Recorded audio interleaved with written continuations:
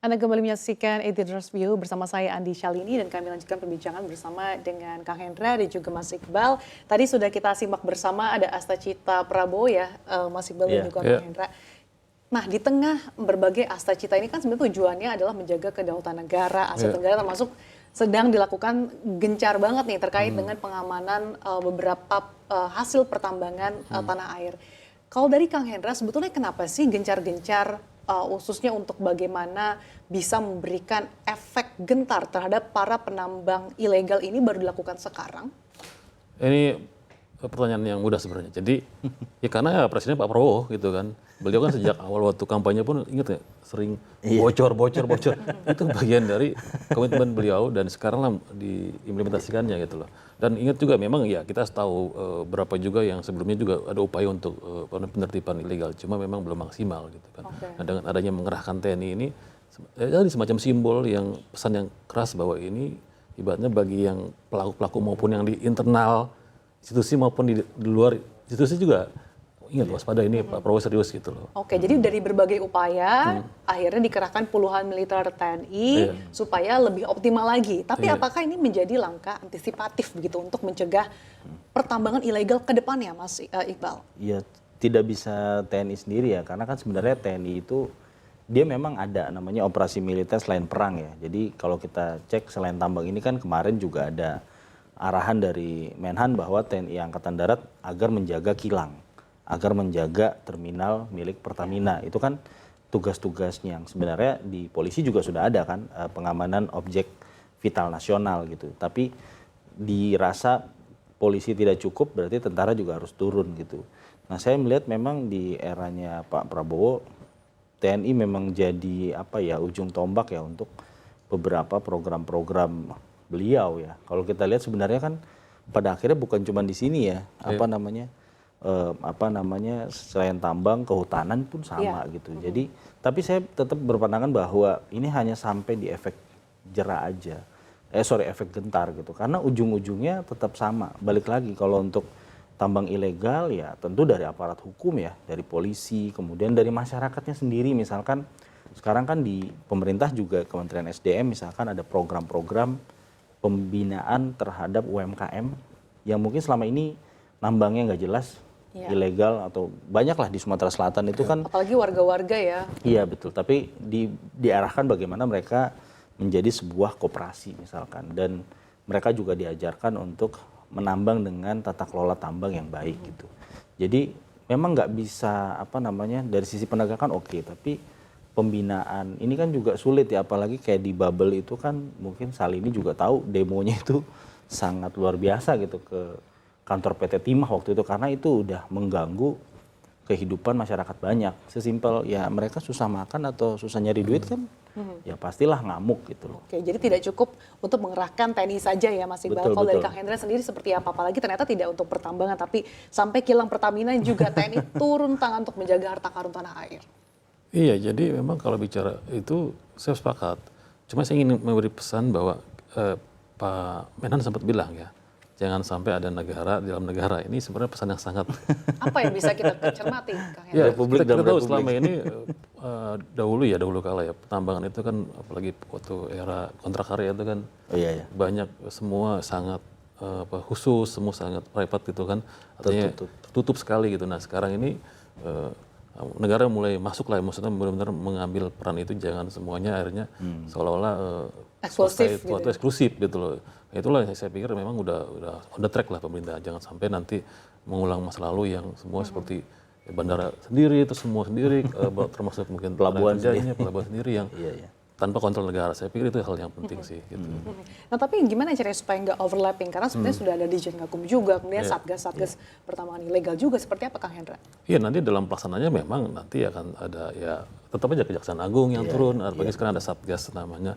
Kalau di konteks pertambangan adalah penertiban kawasan hutan yang ketuanya juga Pak Sapri ya, ketua pengarah Dewan Pengarah, dan nanti juga ketuanya juga ada dari Kejaksaan Agung yang nanti eksekusinya mereka juga gitu loh. Jadi kalau Pak Sapri kan kebetulan dia sebagai Menhan dan juga sebagai ini jadi merangkap semuanya untuk bisa ngasih mengorkestrasi ya. Iya, mengorkestrasi agar pesan bahwa kebocoran itu udah lagi di stop atau dikurangi lah gitu minimal di era Prabowo itu. Oke, kalau dari Mas Iqbal, kita udah ada Satgas, udah ada di Gakum juga, emang belum cukup? Ya sebenarnya Satgas ini menurut saya sih puncak dari kerja-kerja untuk pemberantasan ini semua sih, karena kita tahu untuk yang kelapa sawit aja itu sampai sudah 3 juta hektar lebih itu yang ternyata selama ini berada di dalam kawasan hutan gitu. Ternyata walaupun kayak kita lihat beberapa kasus juga mungkin saat ini melihat di media sosial ya, misalkan di Taman Nasional Tesonilo Pak, itu di Riau, itu kan viral banget tuh masalah tapal batasnya gitu, karena masyarakat setempat merasa bahwa ini ya kehidupan mereka, tapi di sisi lain ada masalah juga misalkan terkait dengan konservasi gajah gitu kan. Ini kan hal-hal yang di lapangan yang ternyata penertiban semacam ini juga sulit gitu. Pun soal sawit ya, misalkan semua diserahkan ke Agrinas Palma, ternyata dalam praktiknya mereka juga nggak punya keahlian di bidang sawit.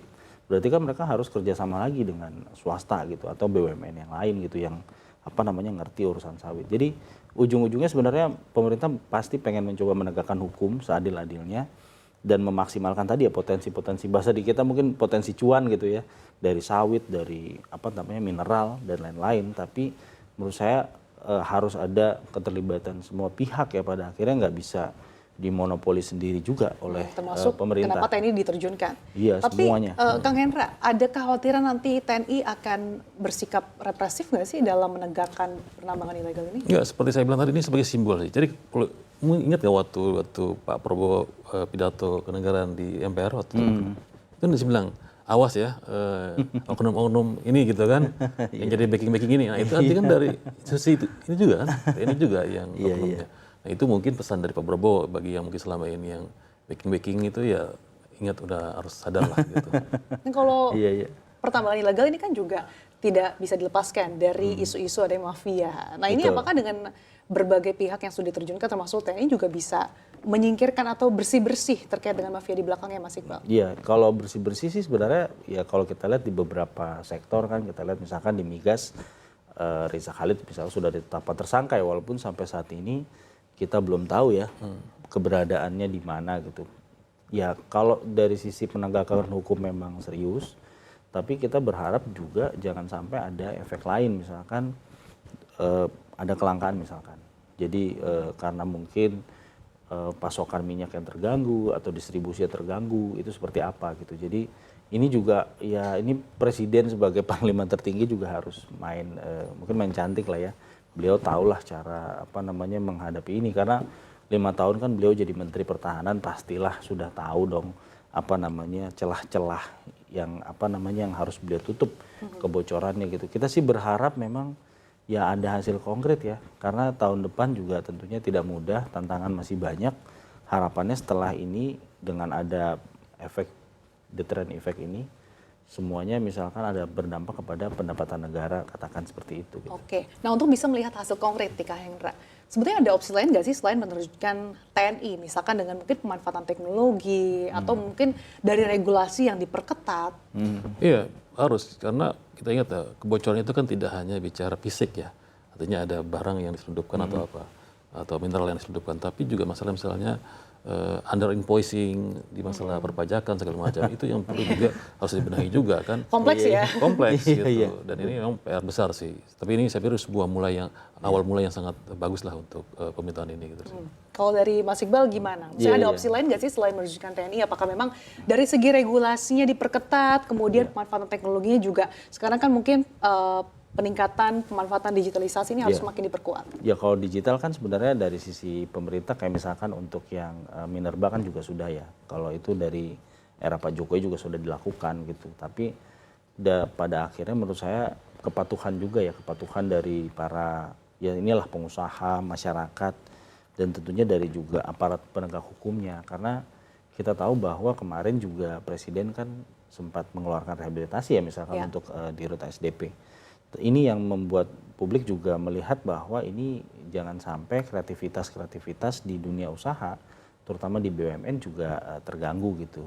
Jadi masalahnya memang sangat kompleks ya Salini ya kalau untuk bicara soal penegakan hukum ini gitu. Karena kalaupun ya mungkin aparat hukum pada akhirnya mungkin harus belajar gitu ya, karena penerapan hukum secara biasa kan dengan bisnis judgment rule misalkan. Sekarang dengan adanya Danantara, saya rasa mereka yang profesional, yang diaspora, yang hebat-hebat itu di Danantara kan rasa-rasanya juga nggak mau kan tiba-tiba rencana-rencana ke depan itu ternyata yang niatnya untuk meningkatkan keuntungan, dividen BUMN dan lain-lain malah dikriminalisasi gitu loh. Ini juga banyaklah masalah yang saya pikir Presiden juga sudah paham ya soal ini ya. Oke, Kang Hendra, selain penegakan hukum dan juga militer yang kemudian saat ini tengah diperkuat, sebetulnya seperti apa sih perbaikan tata kelola, kemudian mungkin peningkatan transparansi yang dibutuhkan untuk bisa membenahi akar permasalahan untuk mencegah kebocoran-kebocoran di pertambangan, khususnya terkait dengan penambangan ilegal ini?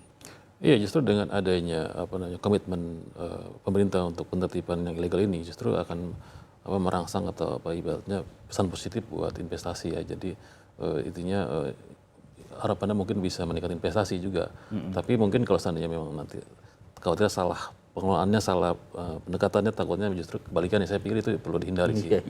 Jangan sampai nanti dengan adanya misal tentara turun, wah investor malah takut. Tapi itulah perlu komunikasi dan bagaimana cara di lapangan supaya tidak mengganggu. Efek jerahnya harus jangka panjang gitu ya, jangan cuma pas lagi diawasi aja oleh pas lagi latihan. Pas lagi latihan aja. Pas lagi latihan. Oke, baiklah Kang Hendra juga Mas Iqbal, terima kasih. Kita harapkan bersama bahwa pengerahan pasukan sebesar ini memang betul-betul kebutuhan nyata untuk bisa menegakkan secara hukum dan juga militer, bukan hanya tambal sulam atas masalah kelola yang lebih mendasar. Karena kalau memang akar persoalan tidak dibereskan, maka latihan atau penjagaan militer sebesar apapun tidak akan menjamin sumber daya kita benar-benar aman. Sekali lagi terima kasih. Saya selalu untuk Anda Kang Hendra dan juga Mas Iqbal. Terima kasih.